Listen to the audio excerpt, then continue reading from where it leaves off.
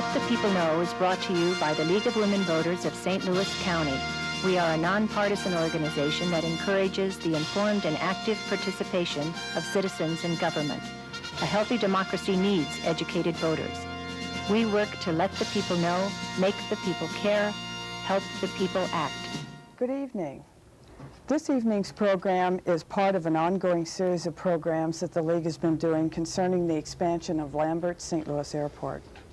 My guests are Mr. Dan Pelikan, co-chair and managing partner of Pelikan, Elaine, and Guinness, and Mr. Bill Otto, president of the National Air Traffic Controllers. Good evening. Good evening. We have periodically spoken on this program to various people concerned about the airport. One has been a program with Colonel Leonard Griggs on the airport plan W1W, and with the Mayor of Bridgeton about the effects and concerns of that airport expansion on the city, and with an aeronautics professor from Parks College who contended that the airport is landlocked and that it's time to look at a second airport in the St. Louis metropolitan area. Mr. Pelikan and Mr. Otto, will you briefly tell us what you represent, or who you represent, not what? Well, Elaine, I represent the St. Charles County Aviation Task Force. We were appointed by the county executive about 6 months ago, and we were charged with actually reviewing the data that the airport presented. And to our knowledge, we were the only independent body that looked at the data propounded by the airport in their master plan supplement. And we were comprised of businessmen and women, real estate agents, attorneys, the St. Charles County Airports Director, a number of people that came together and really put their heart and soul into reviewing this data. And you're co-chair of the name of the actual committee? Is Robert Niemiller. I mean the name of the committee. The St. Charles County Aviation Advisory Committee. Thank you. And Mr. Otto? I'm president of the National Air Traffic Control Association at Lambert. We represent, it's a union that represents the men and women that work the traffic in and out of Lambert Airport, both at the airport itself, and we run the radar operations that are 40 nautical miles and 15,000 foot above the airport. We run operations into Lambert, Scott Air Force Base, Spirit of St. Louis, the Alton Airport, and the downtown airport as well. Okay, so we have with us a technical expert in a particular field and a citizen who's looked at the effects of this new plan in your particular county. Mr. Otto, do you want to start? You have a basic presentation that you would give. The airport's stated objective in the expansion plan is to develop an airport with 2 runways that can operate in poor or bad weather simultaneously with both arrivals and departures. The W1W fails in its ability to be able to run simultaneous approaches, and this is very important because they have rejected all plans, all other plans except what they call the S1 or W1W, on the basis of running simultaneous approaches. And if I could real quickly give you an overview, an air traffic overview, we provide on a single runway operation, and I think we have a slide available for this. On a single runway operation, we separate aircraft on final by 3 miles apart. And it's a very mechanical term. Sometimes it's a little longer than that, but the idea is to put aircraft on final 3 miles apart. Prior to any aircraft in bad weather reaching 2 miles from the end of a runway, the departure has to be gone. Okay? So that's how we ran, like yesterday when the weather was so poor. What the airport is trying to develop is a simultaneous operation where we have 2 independent bad weather runways.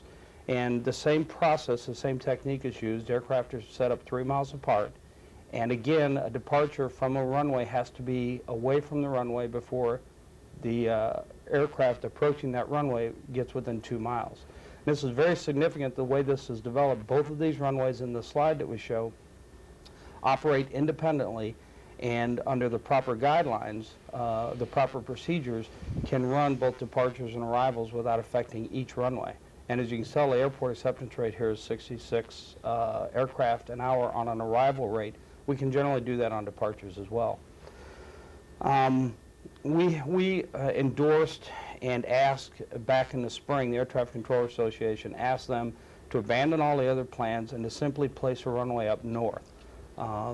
We feel that there's property available and it's the least area of resistance. We can get a runway built and then they can go further into airport expansions if airport expansion needs, if there's a compelling interest later. The operation that we would run then is a staggered operation. They are dependent, and the airport says this is not acceptable. From a technical viewpoint and from air traffic control viewpoint, it's more difficult than a simultaneous operation, but it is very doable. It's a staggered approach. Aircraft are separated by 1.5 miles from each other, and then again the departures have to be off the runway before any aircraft reaches 2 miles from the end of either runway. This is a dependent approach on each runway. With and the rate on this is very good. 54 an hour is much better than we do today in bad weather, and not quite as good as a simultaneous approach, but it's good. The problem with W1W and where it fails is our manual states that to run simultaneous approaches to runways that are separated by more than 2,500 foot, and I know this becomes very technical and it's tedious, but there are certain conditions that have to be met. When an aircraft is approaching a further run, the thresholds have to be, if they're staggered, and an aircraft is approaching a runway that's further down than a closer threshold. And the next slide will be easier to understand how W1W fails. The center lines have to be separated by 2,500 foot plus an additional 100 foot for each 500 foot of separation. I know it's tough to keep up with, and that's why the slides are real important. But as W1W shows here, the thresholds of the runways are 10,000 foot apart. So the stated goal or objective of running simultaneous approaches on W1W is not possible. We have to, this is a picture of W1W that shows the 10,750 foot separation of the thresholds. And the next slide that'll come up here will explain that the simultaneous approaches do not work. They will not work, and so the rate for this for W1W is down to 51 operations an hour. Our primary concern as air traffic controllers is that this information will be revealed and this plan is going to be rejected. It should be rejected as both being too costly for what we accomplish with it. We can't do what the airport says or has stated that we're going to do with it. These are not rules that we've either made up or they've come to light just recently. These are rules that have been in effect for a long time, and there is no chance that they'll change. W1W is going to be rejected. My personal opinion, it'll be rejected because of this problem, and Lambert's going to be where it has been for the past 12 years, and that's shorter runway space. Okay, so let's try to go through a little of what you said. I know that's going to be hard. That the plan just simply can't work the way it's been presented because of technical. Because of our rules, reasons. air traffic control rules, and we've tried very hard to get this information across. The airport is saying they're going to run simultaneous approaches. That's why they want this particular plan. That's why this plan and S1 are the only ones that they'll even look at. The fact is they can't run a simultaneous operation. And as this information becomes public and more people understand that W1W is going to fail and we won't have a runway at all. And we badly need a runway right now. So, okay, so there is a need for a runway. Absolutely. But it's where it's placed. The placement of the runway is it's difficult to operate for my job. This is going to be a tough runway to operate. And why build an airport that you're building in new problems? We don't need that. We need something that we can run efficiently. 95% of our weather is above the bad weather conditions that they're trying to build this for anyway. It simply doesn't make sense. Okay. Mr. Pelikan, your committee's been researching the last 6 months. What have you discovered? Well, as you can see, Elaine, our problem, our committee spoke with Mr. Otto.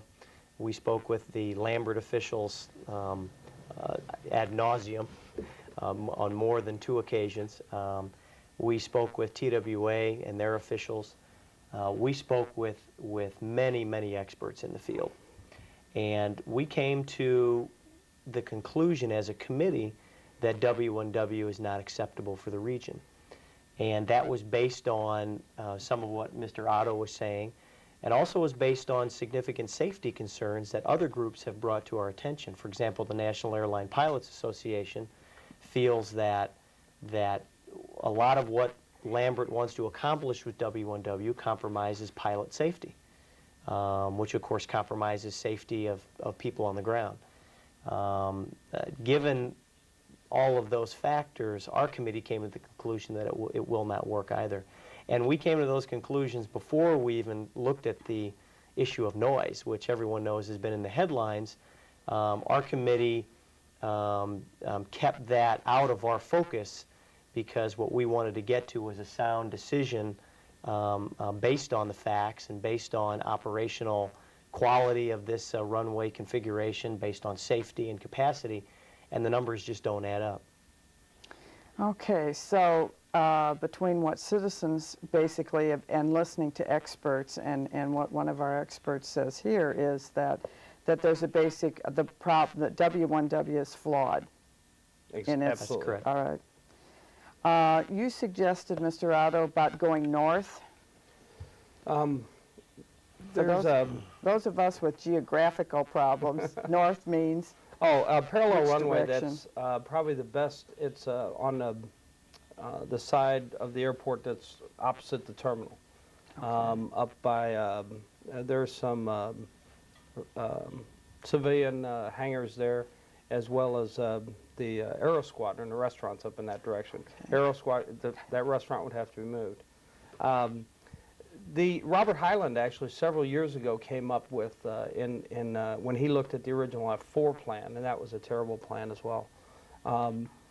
He initially came up with helped develop this plan, which is the runway up north, exactly what we're talking about today. There's lots of room up there. We feel like it could be built quickly because we're at a saturation point now. We've had more traffic. We have more traffic at Lambert now than we've ever had in the history of the airport, and it appears that it's going to continue to grow. There are, in and above the delay problems, there are safety problems, and there's all kinds of problems from a technical viewpoint, trying to put too many airplanes on an airport that can't handle it. The north runway could be built, we feel, quickly in an area that's available, and we can start operating on it now. And I think it's been estimated like $500 million. Those numbers flow so easily, but What's the W1W numbers? Let's see, you're talking 1.7 billion. 1.7 billion, and the north plan you're suggesting is minus half a billion? Half a billion. Okay. Yes. Well, W1W started at 1.7. It's up close to 2 billion at the latest. Okay. And of course, Denver's new airport started at $2 billion and ended up at 6. Yes. So that was in the. yeah, there's a lot of difficulties with that, trying to build that.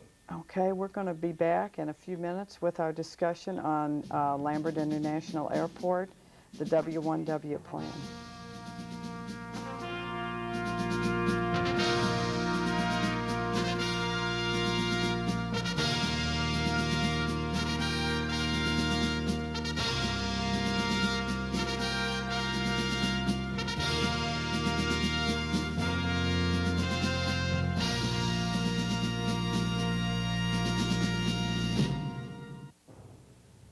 There's no more guessing about when your local forecast comes on the Weather Channel, because now we show it on the 8s of every hour. That means you can tune in at 8, 18, 28, 38, 48, or 58 minutes after the hour and always get your local forecast. We call it Local on the 8s, weather you can plan on.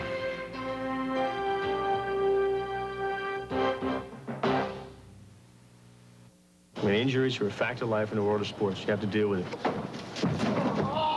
We know we can get hurt. You have to deal with the pain. Jack, To the NFL now. Will the Jets be any more offensive? I mean, the great ones play right through it. 15 Stanley Cups were decided. And that's the stuff legends are made of.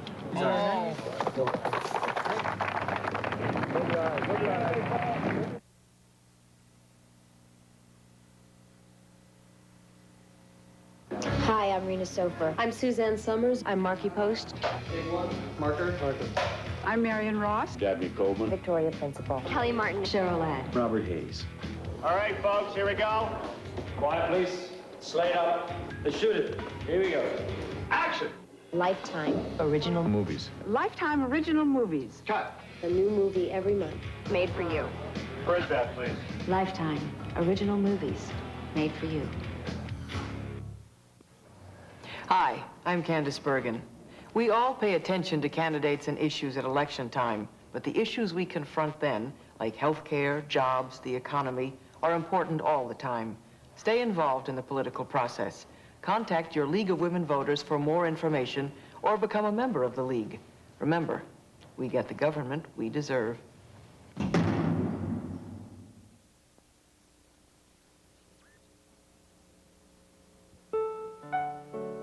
In 1904, 20 million people came to St. Louis to attend one of the grandest events of the era, the St. Louis World's Fair. Since then, the spirit of the fair has been captured in songs, movies, and memories. I'm Bob Archibald, president of the Missouri Historical Society, inviting you to experience the fair again in a new and different way. For a journey through a century of memory, meet me at the fair at the Missouri History Museum in Forest Park.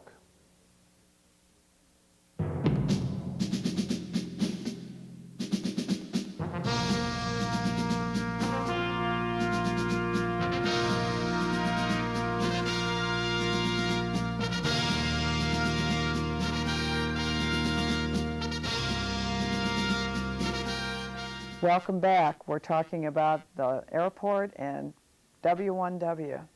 Where shall we pick up the conversation from where we left off? Bill, you want to start? Well, I think we're talking about the north runway a little bit. Our goal for a north runway is to give us a runway that we can operate on and operate fairly quickly. The airport weather conditions at Lambert are 95% of the time above what we consider bad weather conditions. I mean, of course, it's not sunny all the time, but it's at a condition where it's either hazy, which affects our flight paths, or there's a ceiling, but it's not real low. It's not a foggy condition like Seattle. Consequently, we can run a tremendous amount of traffic as we do right now. We're the 7th busiest airport in the country. And yet we have 2 runways that are 1,300 foot apart and 2,300 acres. We do amazing things with what we have now. Another strip of concrete, and we can continue that trend, and we can do a lot with the airport just with the runway, no matter where they put it to some extent.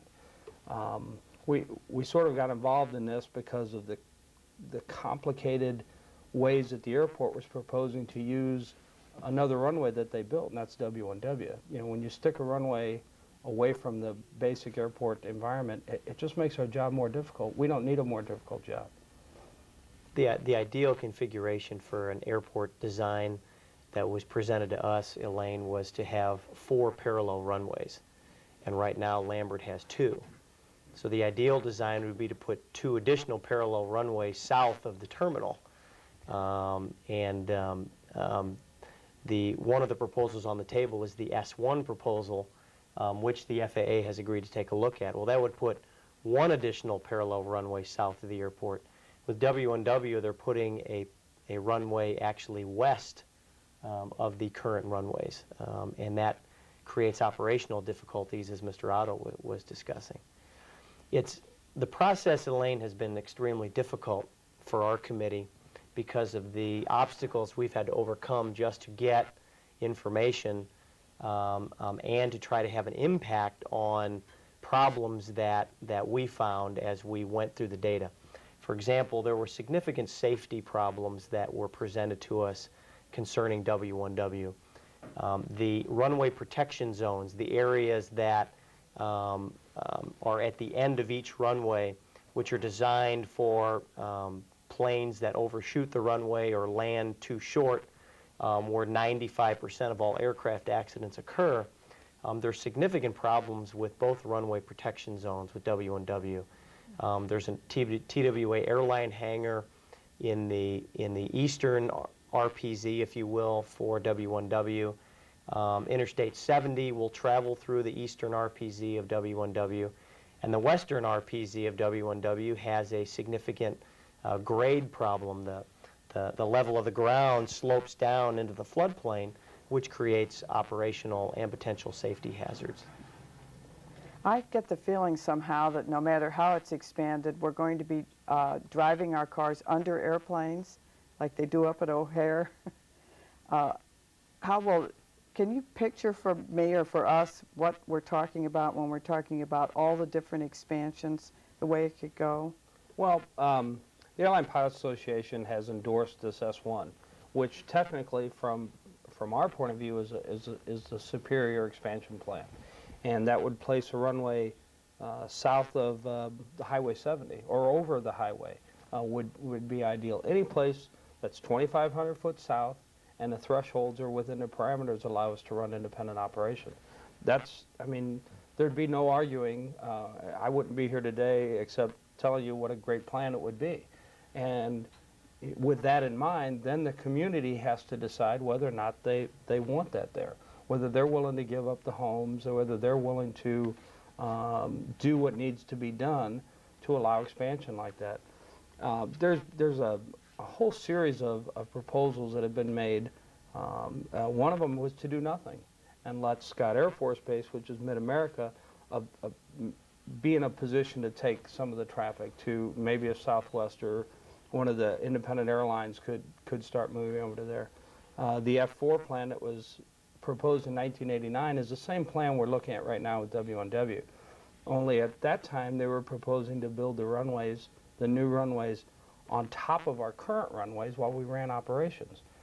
It was, most of the technical people from outside the community, they thought it was a joke. Nobody would ever really try this. Well, they attempted to do that.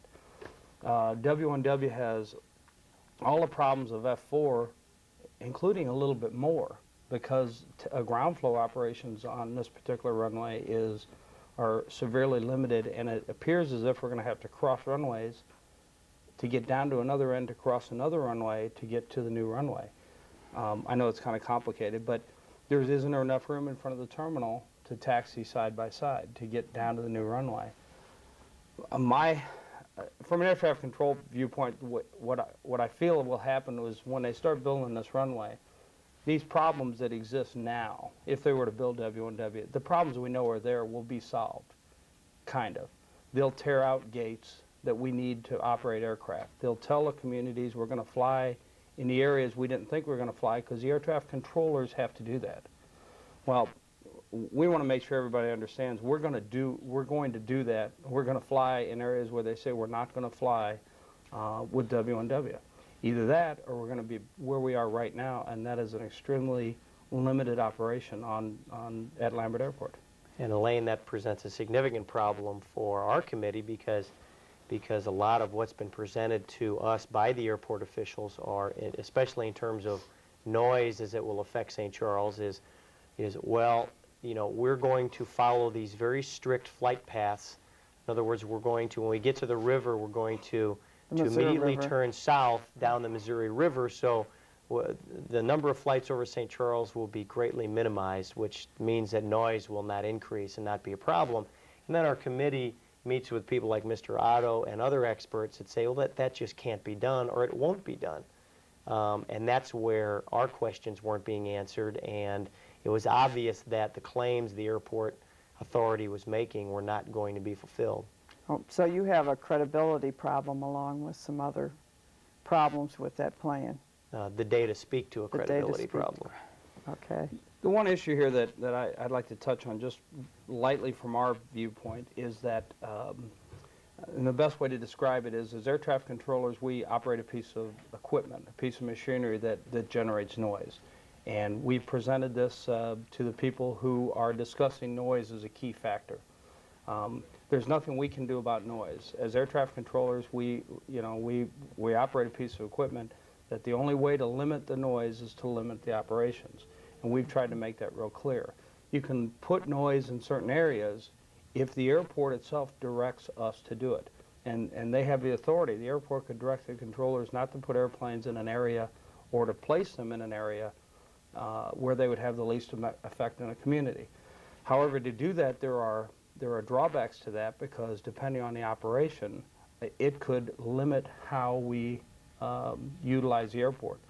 If we have to turn all the aircraft a certain direction and they have to be sequenced instead of several directions, then obviously we can't get as many departures off the ground. So one of the reasons we got involved and made presentations out in St. Charles is because we were given some information that, or a copy of a piece of literature that was sent out that indicated that we were going to depart aircraft in a river bottom, or we weren't going to use the new runway for heavy jet aircraft and all that. And it's never been discussed, and frankly, I don't believe it's even possible. So but if the airport were to do this, if they were to determine that we couldn't use this runway for certain things, not only are the problems with operating it still there, but additionally we have the problem of not being able to use it even more or even less, depending on how you look at it. So we have a runway out there that we're told we can't use. It doesn't seem to make a lot of sense. It's a double-edged sword, Elaine. On the one hand, they tell us that this is the best runway configuration because it produces the most capacity, the biggest bang for the buck, if you will, for Lambert. Then they come back, and that's in the submission to the FAA. Then they come back and they say, but we're not going to use heavy jets on this runway, or we're going to limit the usage of this runway so as to minimize the noise effect on St. Charles. Well, then you have to take that data back in to the original numbers and reduce the capacity that that runway could produce for the airport, because you're making allowances for noise. It's a circular problem that reduces the overall capacity of that runway configuration, which really you need to reconfigure the other runways, the NE1A plan, which is the north plan that Mr. Otto was talking about, the S1 and modified S1 plans.